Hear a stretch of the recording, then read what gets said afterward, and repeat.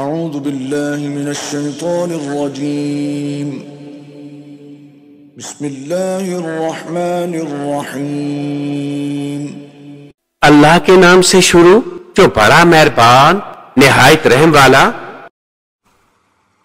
قل اعوذ برب الفلق من شر ما خلق ومن شر غاسق اذا وقب ومن شر النفاثات في العقد ومن شر حاسد اذا حسد۔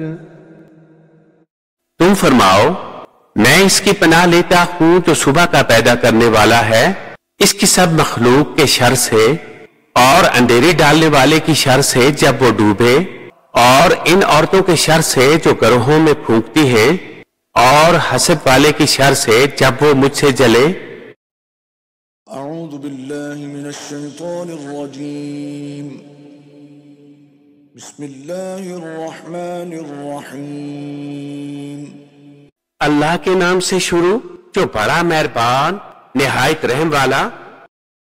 قل اعوذ برب الناس ملک الناس الہ الناس من شر الوسواس الخناس الذي يوسوس في صدور الناس من الجنة والناس۔